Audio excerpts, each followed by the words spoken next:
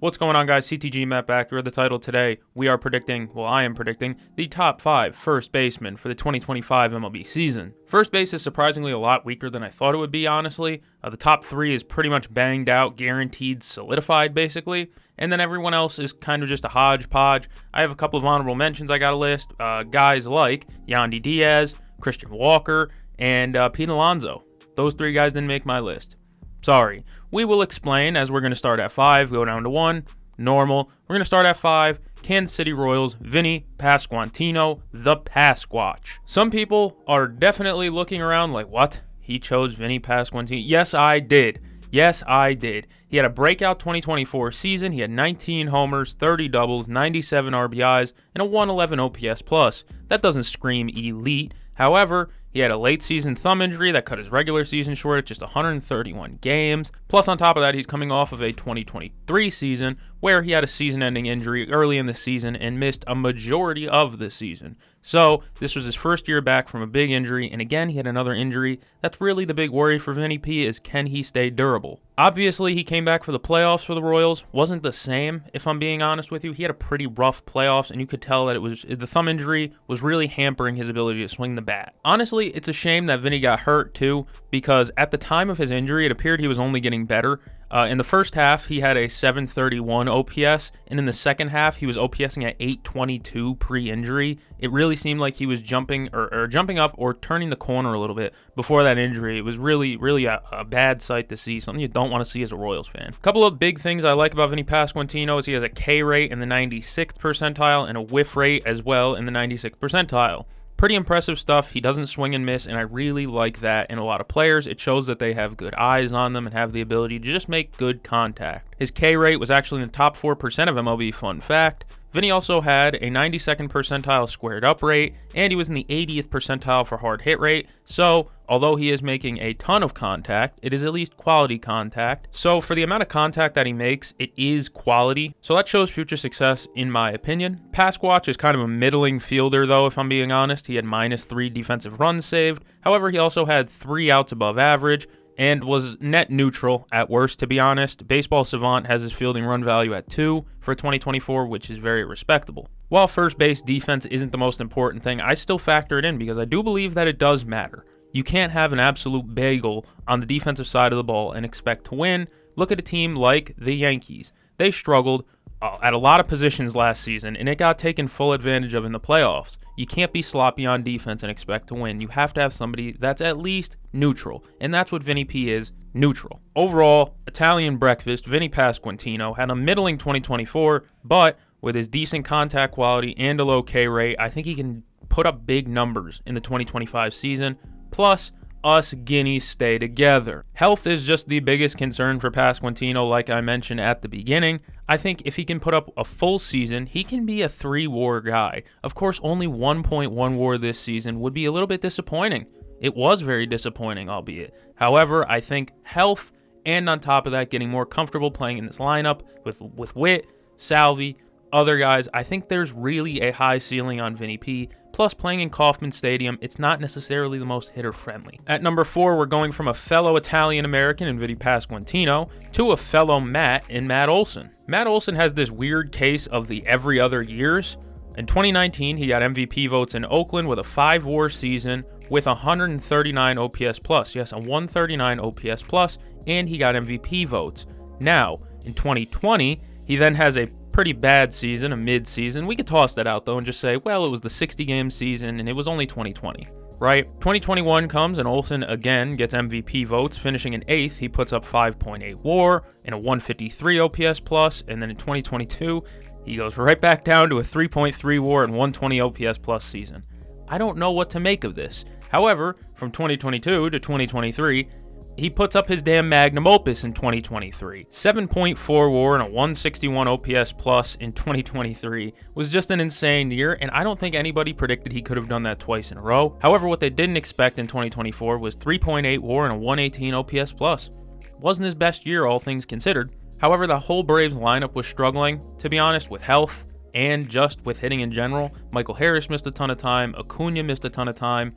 in and out of the lineup. Sean Murphy missed a ton of time and wasn't the same. Travis d'Arnaud was like a full-time player for them, which isn't what I think they imagined. On top of that, some guys like Jared Kelenic busted when they thought he was going to have a bigger year. I really expect big things from the Braves and a bounce back in 2025, and a big part of that bounce back would be Matt Olson coming back into form. With this every other year-itis that he has going right now, I think 2025 will be a good year for Mr. Olson. I think part of the issue with him going every other year is his refusal to miss games. Olson has posted 4 different seasons with 162 games played, including 3 consecutive. Yes, the last 3 seasons he has not missed a game. There's wear and tear on your body that comes with the travel and playing every day. Having to warm up and play every single day, it takes a toll on you. Don't get me wrong, his mark of a 118 OPS plus in 2024 is still very respectable, but for a first baseman of Matt Olson's caliber, I think we expected a little bit better. 29 homers, 98 RBIs, but Olson also struck out more and he walked 33 less times. There just has to be a middle ground in Olson's numbers somewhere. I can't figure out where though. In my opinion, baseball is very much like water, the shoreline. It comes up and it recedes. You have to find that middle ground area. I'm not sure where Matt Olson's is just because he's been on this insane stretch of MVP candidate to middling first baseman to MVP candidate to middling first baseman. Even in a down year, he had a 13 batting run value and a 3 fielding run value. His fielding run value is actually higher than his 2023 standout season. So he did other things while the hitting wasn't there. Even if he doesn't bounce back to 2023 Matt Olson, there's still a very solid floor there for what Matt Olson can be. His worst year is still quality, so I think he deserves this top 5 placement. However, with him being so inconsistent and up and down, I don't think I could put him above the 3 guys ahead of him who have been consistently amazing for a few years now. At number 3, I have Bryce Harper. Top 3 of the first base is very difficult. Like I said, there's 3 guys here who could all make a case for the best first baseman in MLB. Bryce Harper just happened to land at 3rd in my prediction. A big reason why I have Harper this low is the Phillies signing just 1 hitter this offseason, and then it was Max Kepler. With some other guys in their core aging, guys like Real Muto and Castellanos, I would like to see them do more in the offseason. Unfortunately, they just really haven't. Bryce Harper's still elite as ever. To be honest with you, he posted basically a 900 OPS, which is floating the same mark he's had in the last 3 seasons as a Philly. However, he did post his healthiest season since 2021, and as a result, he accrued his most WAR since 2021. Harper did have this weird stretch where it was a power outage. I think it was like 30-something days without a home run. It wasn't a pretty stretch, but I really doubt that happens in 2025, to be honest with you. But it was a big part of his 2024 season, so I feel the need to mention it. However, Bryce Harper is one of the best leverage hitters in baseball. Look at his playoff OPS for the amount of at-bats he has. It is quite ridiculous. He's OPSing over 1 dot in like 260 playoff plate appearances. He is a high leverage demon. Harper's fielding is still pretty good at first base, which shouldn't really shock you. The guy's a damn gamer. 6 fielding run value, 8 outs above average. It's the 93rd percentile. That's insane for a guy who's only played there, 2 to 3 years now, 2.5 years. Philly fans are a different breed, so I kind of have to remind you guys, being 3rd in the rankings isn't a slight or a dig, especially with the company above him. Bryce Harper is 100% Cooperstown bound as long as he continues like this for like another 3 years. I think some guys are just in store for bigger seasons this year, though. I'm a Bryce Harper lover. It's just I think other guys above him are on pace to have better seasons this year.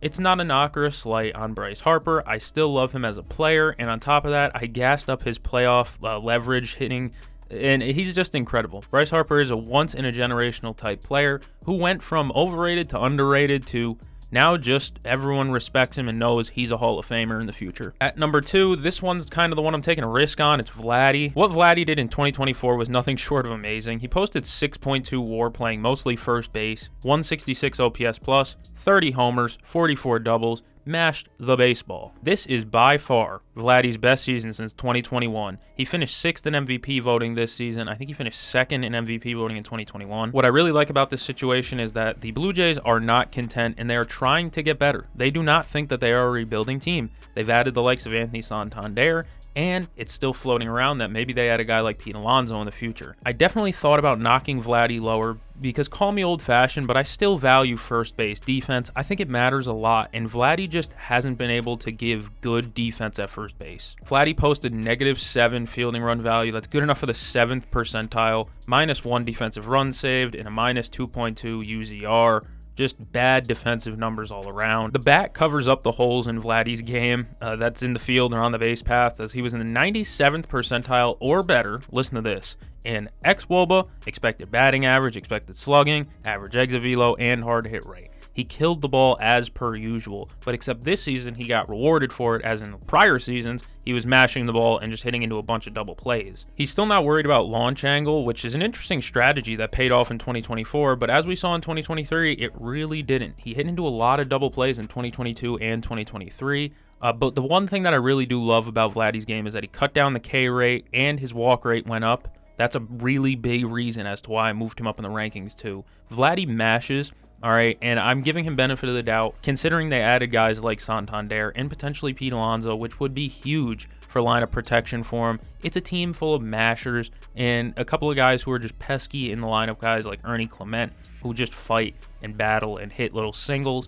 I think they'd be an interesting team for like a Luis Ariz maybe, but I don't even think they do that. The walls in the Rogers Center I think got moved into before last season, so that might have helped Vladdy a little bit. However, I mean, even if they didn't, he'd just be hitting screamers to the gap. He'd probably have posted more doubles than he did. But like I said before, the reason that he's not number one is just because of how bad of a defender he's been for a majority of his career. I love Vladdy as a hitter, but as a fielder, I don't know where to put him, right? They tried him at third, they tried him at first. He just might be a DH full-time. However, before they add Pete Alonso, he is still slated to be their first baseman, so I have to project him as such, and I don't really mind that. At number one, I have Freddie Freeman. A down year in 2024 genuinely put zero worry in me because Freddie Freeman dealt with a lot behind closed doors and off the field with his son's condition. Terrible what happened with his son, and I can't imagine it was easy to play through that. It was probably a really big distraction for him, rightfully so as a father. If you look at 2023 Freddie Freeman, it was a pretty similar season to 2024 Vlad. However, while that season was kind of not really an anomaly, but a career high in Vlad's career, 6.5 or 163 OPS plus, that's just the normal level for Freddie Freeman. I trust Freddie Freeman more overall, I think is the overwhelming picture I want you to get out of this. I don't believe age is a big concern for Freddie because we saw him literally tee off in the World Series after being injured for a majority of the playoffs. He sprained his ankle in, I believe, September, maybe late August, right? And he wasn't right to start the playoffs. You saw it in the NLCS, I believe it was, against the Mets. He was struggling, right? But then he gets in the World Series, and you could see him just rip right through that ankle injury and say, yeah, I'm back. The surrounding talent around Freeman just continues to get better and gives him more opportunity to match with runners on. Guys like, what's his name? Hae-Sung Kim, I believe his name is, the newest Korean prospect the Dodgers signed. Freddie Freeman hit under 300 for the first time since 2019. I don't think that's something that'll continue. Plus, he still has one of the best eyes in the game. The guy has a very, very low K rate, doesn't strike out a ton. His pitch selection and how he works in at-bat is truly elite, and at 35 years old, I have a ton of faith in Freddie Freeman. If it wasn't Freddie Freeman going number one, I still think I'd put Bryce Harper at number one, which is weird because I put Vladdy at two, and I know that doesn't make any sense to me. I think Vladdy's ceiling is really, really high compared to these other two. Meanwhile, the floor of a Freeman and a Harper is much more solidified and higher. Like I said, for Freddie Freeman, 2024 was just a weird year for him, all around bad off the field, so I think if he can bounce back and get back into that mode of being like a full-time baseball player and not having this bad shit going on off the field, then he really has a chance to put up MVP numbers like he did in 2023. The man almost won MVP, for Christ's sake, and like I said, a 6-WAR season is just the norm for him. Another guy who is Cooperstown bound. Yes, he dented the shit